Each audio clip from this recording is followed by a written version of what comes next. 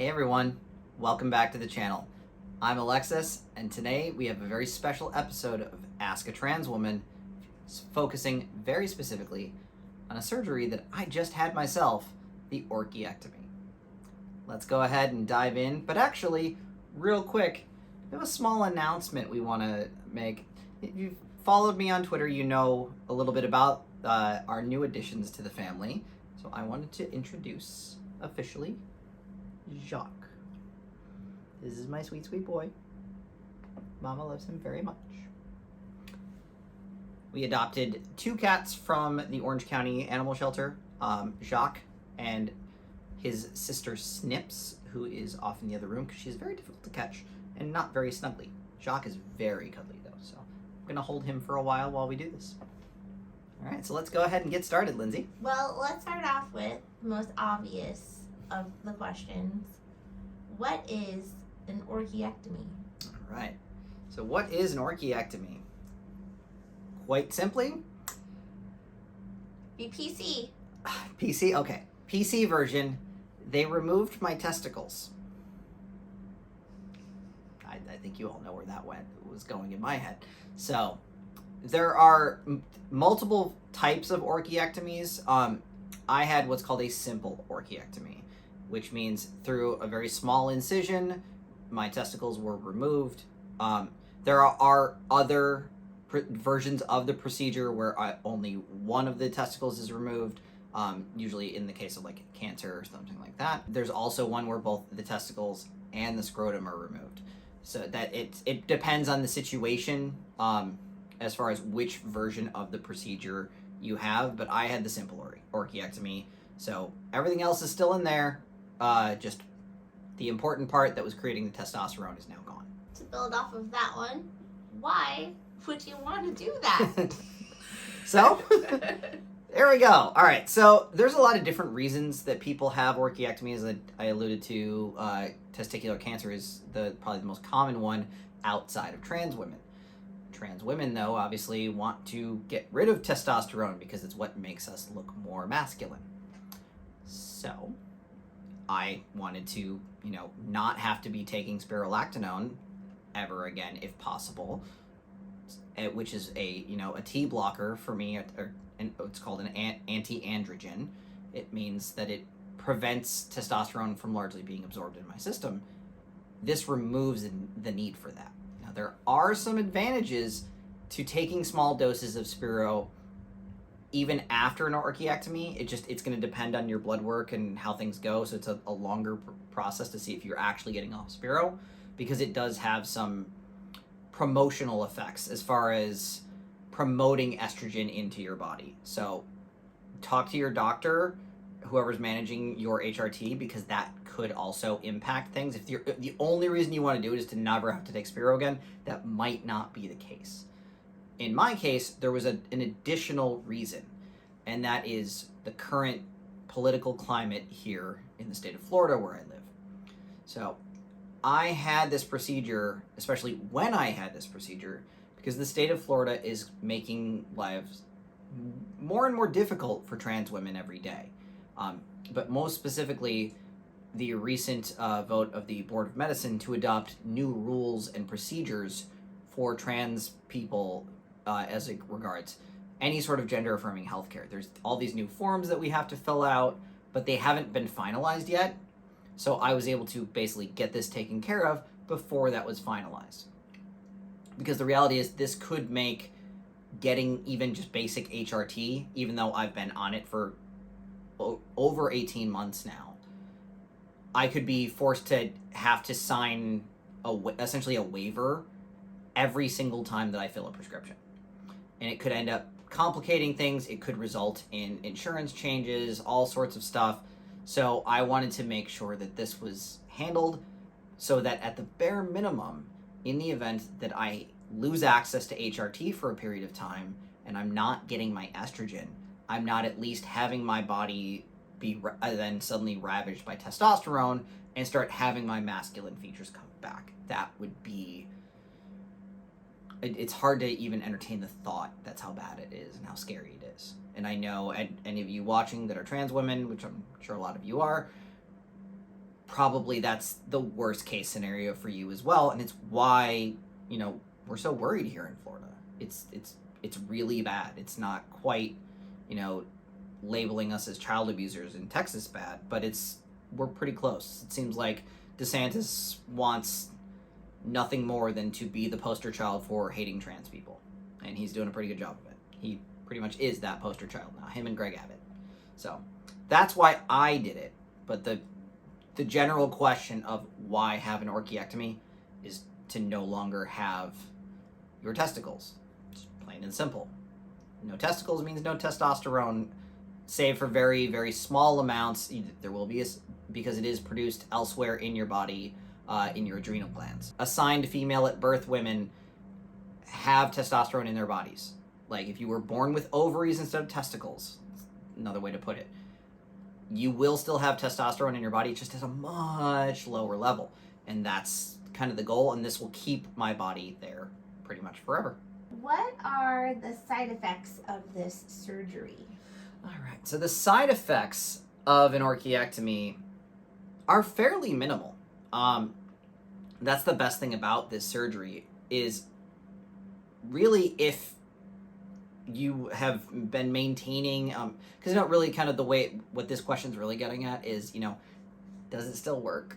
And the answer is depends. The way my doctor described it was, it's very much a, if you use it, it's a use it or lose it kind of situation. In that this goes for HRT in general. It's basically, it follows that same idea and procedure of, as long as you're maintaining functionality, you won't lose that functionality because of the procedure. It may change the situation a little bit, but outside of that, that's the real side effect that everybody's worried about. And I've had that question asked of me in private conversations. It's good. As far as everything I've talked to my doctors, very limited personal experience, everything's good. It just changed the way things happen, at least in my experience. So, sorry, yes, Lindsay, we have to talk about it. She's looking at me like, ew, why are we discussing this on camera? I'm uncomfortable. Yeah. That's why this is a very special episode. I normally don't talk about that stuff. But yes. Other side effects really is just, you know, a lot of swelling.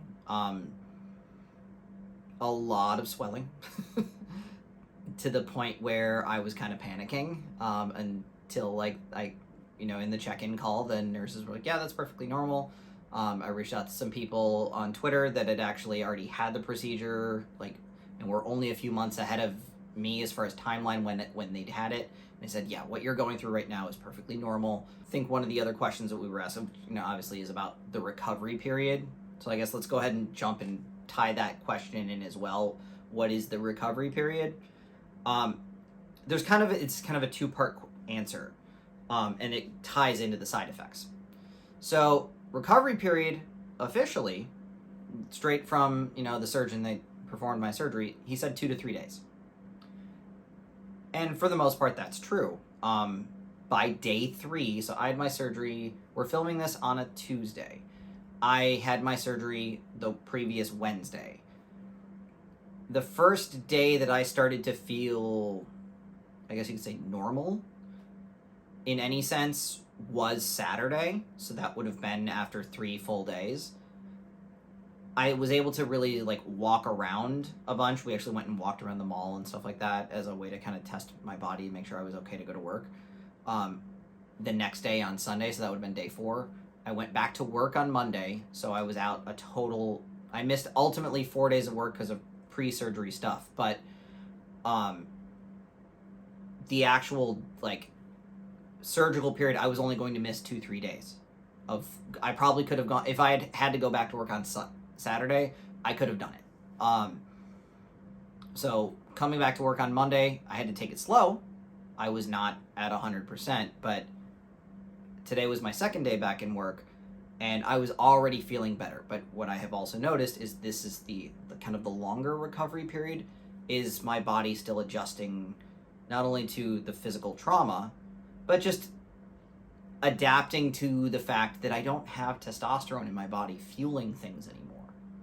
Like, it can't use it as a resource.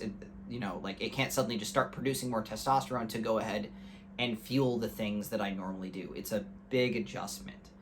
And so the actual recovery period that I've been told through people that have had this surgery is a couple of months. And it varies from person to person. It also depends on what you do, both for a living and from a physical activity standpoint. So if you're used to going to the gym all the time, it's going to change things. It's why I've actually held off doing any sort of real exercise. Once I decided I'm having the surgery when I am, I was like, I'm not going to get into going to the gym because everything's going to change.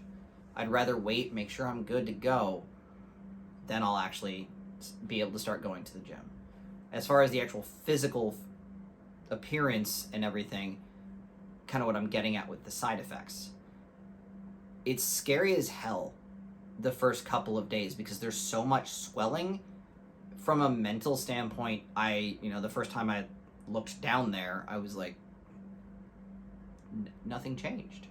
That's how swollen things were, that it looked like nothing had changed. Now, here we are, 6 days from surgery. The swelling has been reduced significantly, but it is still there. And that makes a difference. But seeing it change, essentially shrink up a little bit every day, helps with that kind of mental concern of oh my God, it didn't really happen. It's it kind of messes with your head a little bit.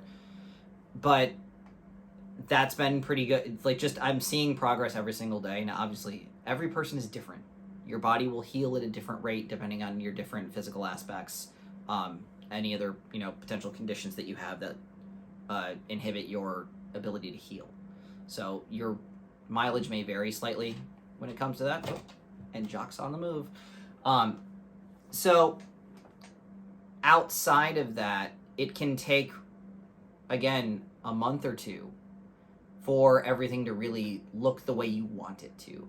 Because the skin down there is very elastic, so it's going to shrink. But it's still kind of stretchy, but it's it's there. It's gonna shrink down a lot more over time.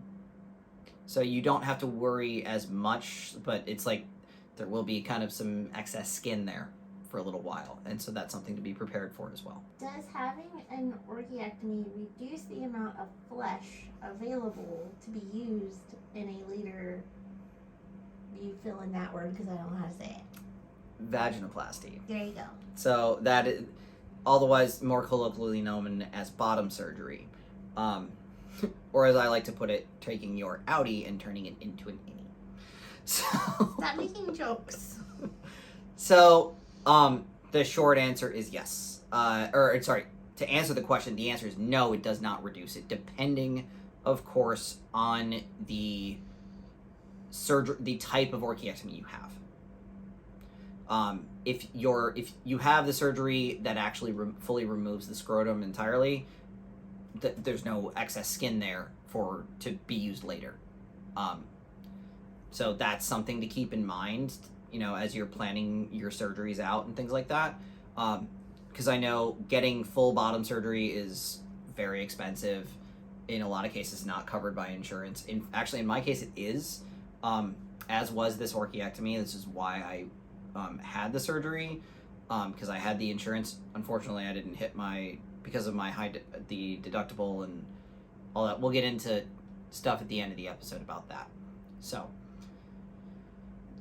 keep that in mind as well, that if you are going to then have another surgery in that area, make sure your surgeon is aware of that. Some people also have them at the same time. Basically just get all the downstairs taken care of all at once, so that becomes kind of irrelevant. But if you do have to split them up, make sure your surgeon is aware, I am going to need some of this later, as it were, because that way they know which procedure to perform, and you'll have that during your consult. You can bring that up. easy point of discussion. As long as you have a surgeon that is educated in our community and what to do, how to handle us, you should be just fine. My surgeon was fantastic. He'd actually been trained by my doctor's office, so that's how I found them. They have a partnership, and so it worked out perfectly. And that's kind of where things are at with that. It's make sure you just have the conversation. Sometimes it feels difficult, but it's worth having those conversations. Maybe some people are wondering, I kind of already know the answer to this question, but the audience may not. Are you planning on having any other surgeries? That's an excellent question. Am I planning on having any other surgeries? In the downstairs bit, for me personally, no. That is not part of my journey. However, it is for a lot of trans women, and that's perfectly fine. No judgment either way. If you want to have it, great. If you don't want to have it, awesome. It's how I am. As far as up top and, the general face area, depends. We're going to see when it comes to breast augmentation, it is covered by my insurance because it is considered medically necessary for a trans woman. Thank you, insurance. But I've actually, I started looking into it, and I've found pretty much no one that actually will take it as an insurance thing because it's usually considered a cosmetic procedure. So that is one thing where medical stuff is really lacking. So hopefully find a better solution to that. Also, my plan for top surgery was actually a procedure called lipofilling. If we do get down that road, we'll do an episode about this. But kind of the short answer is lipofilling is kind of what it sounds like. They're going to take fat from other areas of your body. So essentially you're having a liposuction.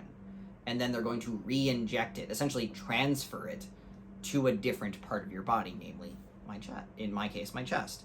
So it would give me a fully natural looking chest with no implants. So, while the downside is if I had lost a bunch of weight later on in life, which is unlikely, I would lose potentially everything that I'd gained from the surgery, but I'd also not have to deal with the safety issues that come long term with implants. So there's trade-offs and something that you have to consider.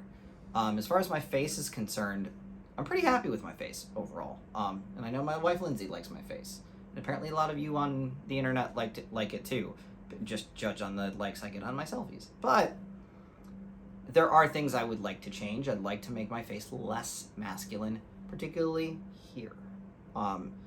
My eyebrow, my brow bone is my probably second biggest dysphoria trigger outside of facial hair, which is another bonus, I believe. Less testosterone, slower hair growth. So that's good. But as far as the surgery is concerned, basically my brow bone is just fairly prominent. It's the only really masculine thing about my face. And so I just like to reduce that a little bit. But that is a fully cosmetic procedure not covered by any insurance. Although I know there has been work in that regard in some states, but not anywhere in Florida, and my insurance company doesn't currently it actually explicitly says facial feminization surgery is considered cosmetic, even at any level, even what I'm talking about. So unfortunately that one is a ways down the line. So, but the other one last note about top surgery for me, the reason it's a maybe is not just because of the finding the right doctor insurance problem. It's actually also because I'm actually fairly happy with where I'm at, growth-wise. Long term, though, I want to see where I end up, and that's when I'll really seriously consider having a procedure. I was thinking about jumping ahead because of what's happening in Florida, but I've kind of gone through what my doctor called the donut hole of progress, in the sense that it's if the whole thing it looks like a donut, I'm in that area where basically there's nothing happening, and I'm starting to see growth again, so that's good, but I will eventually kind of hit a plateau again and flatline. Last question. Do you feel differently after having the surgery? That's an excellent question. It kind of goes along with the side effects, but do I feel differently post-surgery? I do. I have noticed my moods are so much more even keeled, especially now that like I'm the last couple of days as I've started to really adjust physically. It's because I had the very unfortunate occurrence of as I was finishing like the official recovery period, I started my hormonal period. And so I was a emotional mess over the weekend, and I didn't handle it well. Like I was dealing with the stress and the recovery, and I was dealing with my hormones being all crazy. It was not fun. Now that I'm kind of out of that, I feel way more even keeled. Like things that would make me angry without that testosterone fueling it, like, oh, I'm just calmer. Maybe I'm also getting like that peace of mind of like, oh, that thing is gone now. I don't have to worry about it anymore. But I definitely feel more overall like at peace and kind of in tune with my body and where it's supposed to be. It very much feels way more like me. And the more that I see the physical change and the swelling reduce and that area looking different, I feel a little bit better every day. Really, it's just, I was starting to experience a lot of dysphoria in that area. Not to the point where I'm like, oh, I need to have bottom surgery. But it was just, things felt a little off. And I think that was just knowing the surgery was coming and like feeling, oh, is it going to happen? Is it going to happen? Because getting it scheduled was a little bit of a process. But now that it's done, I definitely feel a lot better emotionally. And it's so much easier to control everything because I don't have the threat of testosterone suddenly fueling my anger and me it's calmer now. And that alone made the surgery worth it, really. It really is. It's so nice to be way more even keeled. It's awesome. That wraps up the episode itself, but I do have one last little bit here that I want to talk about. Again, if you follow us on Twitter, Instagram, that sort of thing, you know that while my insurance did cover the majority of the cost of the surgery, it did not cover everything. And that is because I had to hit my deductible, and then I had the always lovely 80/20 copay until I hit my out-of-pocket maximum. Unfortunately, between the two, I hadn't quite hit, plus with other medical stuff, I hadn't quite hit the out-of-pocket maximum. So I'm left with an overall cost of just shy of $2,000. Plus, as I said, I missed 4 days of work because of this surgery. And unfortunately, I did not have enough accrued paid time off left for the year because of other illnesses that I've had earlier this year. And so I had to take unpaid time off. So I basically missed about a week's worth of salary. 4 days specifically, but close enough. So I need a little bit of financial help. I've been running a GoFundMe, which will be linked down below. And I'll have the pop up on screen possibly as well. But it is linked in the description below. If you'd like to help out, it is greatly, greatly appreciated. Even if you just share it on social media, it's appreciated. So find like my pinned tweet. It's right there. Share that tweet, add a little bit of extra text to quote tweet it and, let your friends know that you support me and all of that. It's greatly appreciated. Thank you so incredibly much to everyone who's donated so far. It genuinely brought me to tears multiple times. I'm going to hold it together tonight, but it means the absolute world that y'all gave me anything. Really. I mean, to know that and the messages I've gotten, hearing the kind of impact I've had on people's lives and what this video series has done, it's why I do it.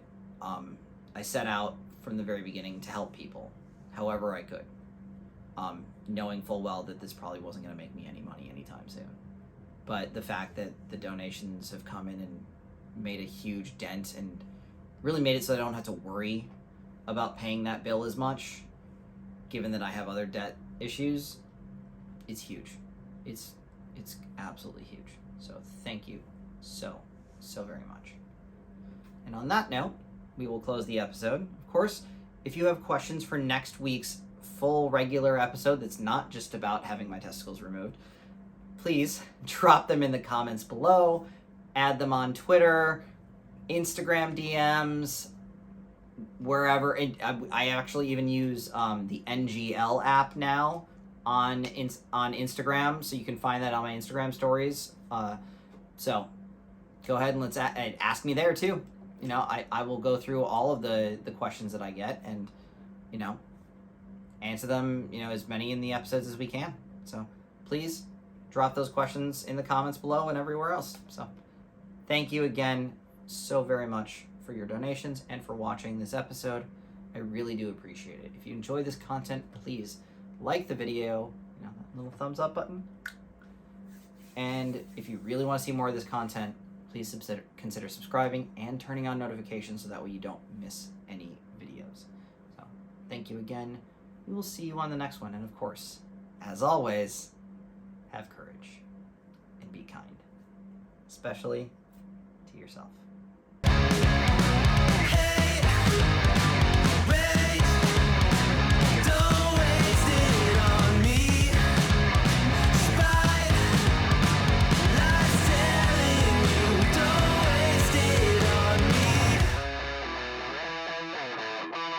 Did I brush you off?